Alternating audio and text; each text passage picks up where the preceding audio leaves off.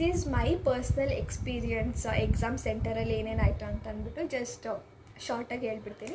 So ನಂದು ಬಂದಿದ್ದು morning ಸ್ಲಾಟಲ್ಲಿ ಬಂದಿತ್ತು ಆಯಿತಾ ಎಕ್ಸಾಮು. ಸೊ 9 ಗಂಟೆಯಿಂದ 12 ಗಂಟೆ. ಆದರೆ ರಿಪೋರ್ಟಿಂಗ್ ಟೈಮ್ ಬಂದುಬಿಟ್ಟು 8 ಗಂಟೆಗೇ ಇಟ್ಟಿದ್ರು. ಅಂದರೆ 8 ಗಂಟೆಗೆ ನಾವು ಹೋಗಬೇಕಾಗಿತ್ತು. ಗೇಟ್ ಕ್ಲೋಸಿಂಗ್ ಟೈಮ್ ಬಂದುಬಿಟ್ಟು 9:15 ಆಯಿತಾ.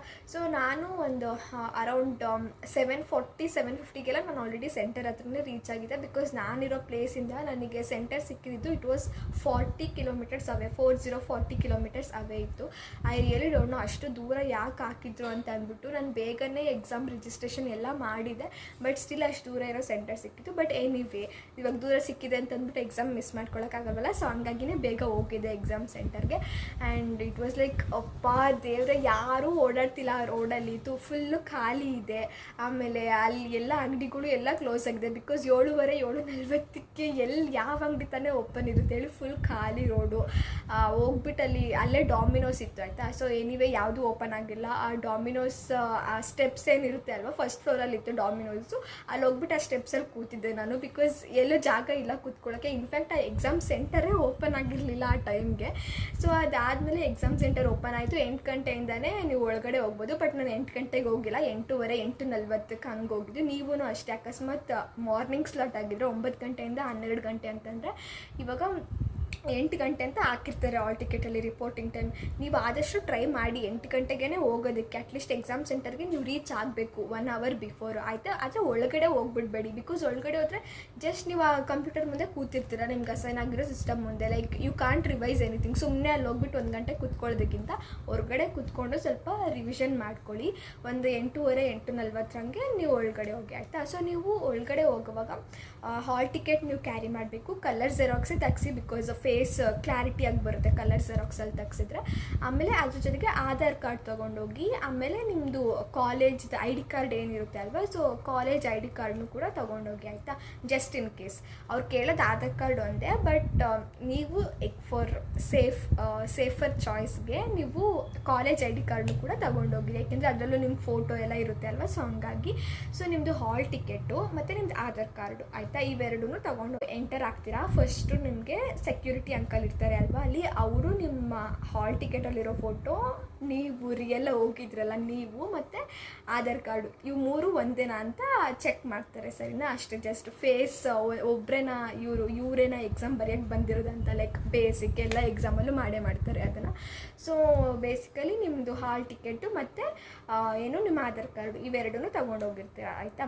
ನಿಮ್ಮ ಬ್ಯಾಗ್ಸ್ ಎಲ್ಲ ಏನಿರುತ್ತೆ ಅದೆಲ್ಲ ಹೊರಗಡೆ ರ್ಯಾಕ್ಸಲ್ಲೆಲ್ಲ ಇಟ್ಬಿಟ್ಟು ಆಮೇಲೆ ನೀವು ಒಳಗಡೆ ಹೋಗ್ತೀರಾ ಎಕ್ಸಾಮ್ಗೆ. ಸೊ ಅಲ್ಲಿ ನಿಮ್ಮದು ಲೈಕ್ ನಂಬರ್ ಇರುತ್ತೆ ನೋಡಿ ಹಾಲ್ ಟಿಕೆಟಲ್ಲಿ ನಿಮ್ಮದು. ಲೈಕ್ ಇವಾಗ ನಮ್ಮ ಕಾಲೇಜಲ್ಲೆಲ್ಲ ಹೆಂಗೆ USN ಬರುತ್ತೆ, ಹೆಂಗೆ ರೋಲ್ ನಂಬರ್ ಎಲ್ಲ ಇರುತ್ತೆ ಅಲ್ವಾ.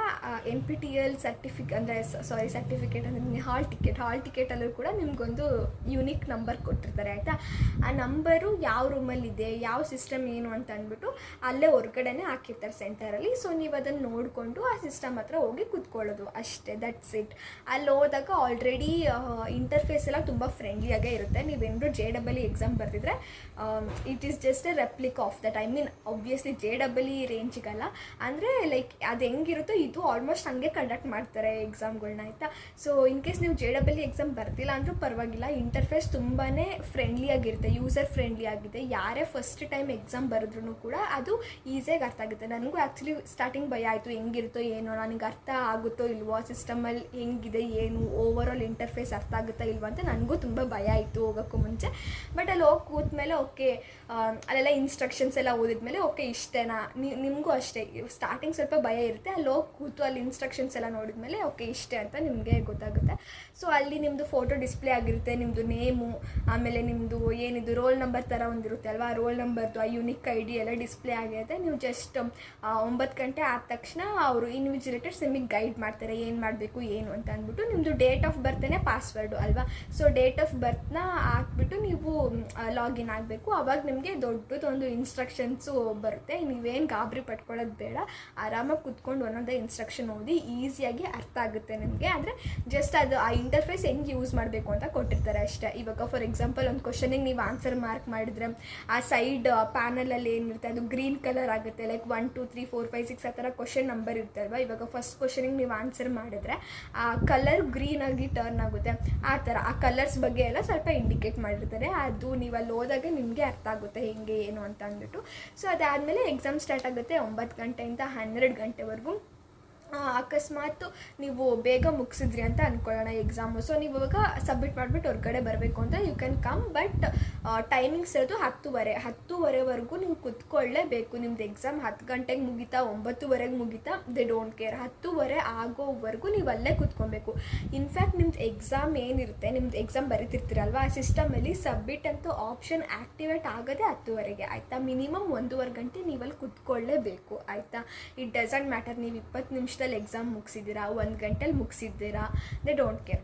10:30ವರೆಗೂ ಕಂಪಲ್ಸರಿ ಕುತ್ಕೋಬೇಕು. ಅದಾದಮೇಲೆ ನಿಮ್ದು ಎಕ್ಸಾಮ್ ಆಗಿದೆ ಅಂತಂದರೆ ಆಬ್ವಿಯಸ್ಲಿ ಸಬ್ಮಿಟ್ ಮಾಡಿ ಹೊರಗಡೆ ಬರ್ತೀರಾ. ಇಲ್ಲಾಂದರೆ you guys still have time. 12 ಗಂಟೆವರೆಗೂ ಇನ್ನೂ ಟೈಮ್ ಇದೆ. ಆರಾಮಾಗಿ ಎಲ್ಲರೂ ಹೋಗ್ತಿದ್ದಾರೆ ಅಂತ ಅಂದ್ಬಿಟ್ಟು ನೀವು ಅರ್ಜೆಂಟ್ ಮಾಡಿಬಿಟ್ಟು ಹೋಗ್ಬಿಡ್ಬೇಕಂತ ಏನಿಲ್ಲ. 3 ಗಂಟೆ ಟೈಮ್ ಇದೆ, ಯೂಸ್ ಮಾಡ್ಕೊಳ್ಳಿ, ಅದನ್ನು ಚೆನ್ನಾಗಿ ಸ್ಕೋರ್ ಮಾಡಿ ಆಯಿತಾ. ಸೊ ಪರ್ಸ್ನಲಿ ನಂದು ಎಕ್ಸ್ಪೀರಿಯನ್ಸಲ್ಲಿ ಹೆಂಗಿತ್ತು ಅಂತಂದರೆ, ಲೈಕ್ ನಾನು ತೊಗೊಂಡಿದ್ದ ಸಬ್ಜೆಕ್ಟು ತುಂಬ ಒಂಥರ ಜನ್ರಿಕ್ ಸಬ್ಜೆಕ್ಟ್ ಅಲ್ವಾ, ಸೈಕಾಲಜಿ ಅಲ್ವಾ ನಾನು ತೊಗೊಂಡಿದ್ದು. ಎಲ್ಲರೂ ಲೈಕ್ 9 ಗಂಟೆಗೆ ಸ್ಟಾರ್ಟ್ ಆಗಿರೋ ಎಕ್ಸಾಮ್ ಆಯಿತಾ, 9:20 9:30ಗೆಲ್ಲ ಮುಗಿಸಿದ್ದಾರೆ. ಅವರು ಹೊರಗಡೆ ಹೋಗ್ಬೇಕು ಅಂದ್ಕೊಂಡ್ರು ಹೋಗೋಕ್ಕಾಗ್ತಿಲ್ಲ, ಯಾಕೆಂದರೆ ಸಬ್ಮಿಟ್ ಬಟನ್ ಆ್ಯಕ್ಟಿವೇಟೇ ಅವರೆಲ್ಲ ಸಬ್ಮಿಟ್ ಬಟನ್ ಆ್ಯಕ್ಟಿವೇಟ್ ಆಗಲಿ ಅಂತ ವೆಯ್ಟ್ ಮಾಡ್ತಿದ್ರು. ಅವರೆಲ್ಲ ಲಿಟ್ರಲಿದೇ ಸ್ಲೆಪ್ಟ್ ಅಲ್ಲೇ ಮಲ್ಕೊಂಡಿದ್ರು ಅವರೆಲ್ಲ ಆಯಿತಾ. ಇನ್ನೇನು ಮಾಡ್ತಾರೆ ಹೇಳಿ, 9:30ಗೆ ಎಕ್ಸಾಮ್ ಮುಗಿದಿದೆ, ಇನ್ನೂ 1 ಗಂಟೆ ಟೈಮ್ ಇದೆ, ಏನು ಮಾಡ್ತಾರೆ ಹೇಳಿ ಅವ್ರ ಥರನೇ. ಸೊ ಅವ್ರು ಹಂಗೆ ಜಸ್ಟ್ ಹಿಂಗೆ ಕೈ ಇಟ್ಬಿಟ್ಟು ಹಂಗೆ ಡೆಸ್ಕ್ ಮೇಲೇ ಮಲಗಿಬಿಟ್ಟಿದ್ರು ಅವರೆಲ್ಲ. ಐ ವಾಸ್ ಲೈಕ್ ಏನಪ್ಪ ಇಷ್ಟು ಚಿಲ್ಲಾಗಿದೆ ಈ ಎಕ್ಸಾಮ್ ಅಂತ ಅಂದ್ಬಿಟ್ಟು. ಈವನ್ ಇನ್ವಿಜಿಲೇಟರ್ಸು ಅಷ್ಟೇ, ಅವರು ಏನೂ ಕೇಳ್ತಿರ್ಲಿಲ್ಲ. ಬಿಕಾಸ್ ಅವ್ರಿಗೂ ಅರ್ಥ ಆಗುತ್ತಲ್ವ 1 ಗಂಟೆ ಏನು ಮಾಡ್ತಾರೆ ಮಕ್ಕಳು ಕೂತ್ಕೊಂಡು ಅಂತ ಅಂದ್ಬಿಟ್ಟು. 10:30 ಆಗಿದ್ದೇ ತಡ, ಎಲ್ಲರೂ ಸಬ್ಮಿಟ್ ಬಟನ್ ಕ್ಲಿಕ್ ಮಾಡಿದ್ದು ಹೊರಗಡೆ ಹೋಗಿದ್ದು. ನಾನು ಒಂದು 11:15 ಆ ಥರ ಆಗಿತ್ತು. ಆಗ ನಾನು ಕೂಡ ಸಬ್ಮಿಟ್ ಮಾಡಿದಾದ್ಮೇಲೆ ನಿಮಗೆ ಫೀಡ್ಬ್ಯಾಕ್ ಕೇಳುತ್ತೆ, ಲೈಕ್ ಹೆಂಗಿತ್ತು ಕೋರ್ಸು, ಆಮೇಲೆ ನಿಮಗೆ ಸೆಂಟರಿಗೆ ಬರೋದು ಲೈಕ್ ಟ್ರಾವೆಲಿಂಗ್ ಎಲ್ಲ ಓಕೆ ಅನಿಸ್ತಾ, ಅಂದರೆ ಸೆಂಟರಲ್ಲಿ ಫೆಸಿಲಿಟಿ ಹೆಂಗಿದೆ, ಇವಾಗ ವಾಟರ್ ಫೆಸಿಲಿಟಿ ಇದೆಯಾ, ವಾಶ್ರೂಮು, ಇವೆಲ್ಲ just basic general questions feedback ಆ ಸೆಂಟರ್ ಬಗ್ಗೆ ಕೇಳುತ್ತೆ ಅಷ್ಟೇ. ಅದನ್ನು ಕೊಟ್ಬಿಟ್ಟು ಹೊರಗಡೆ ಬರೋದು. ಬಟ್ ಇನ್ನೊಂದು ನಾನು ಏನು ಫೇಸ್ ಮಾಡಿದೆ ಎಕ್ಸಾಮಲ್ಲಿ ಅಂತಂದರೆ, ಆ ಎಕ್ಸಾಮ್ದು ಸಿಸ್ಟಮ್ ನನಗೇನು ಅಲಾಟ್ ಆಗಿತ್ತಲ್ವ, ಆ ಮೌಸು ಪ್ರಾಪರಾಗಿ ವರ್ಕೇ ಆಗ್ತಿಲ್ಲ ಆಯಿತಾ.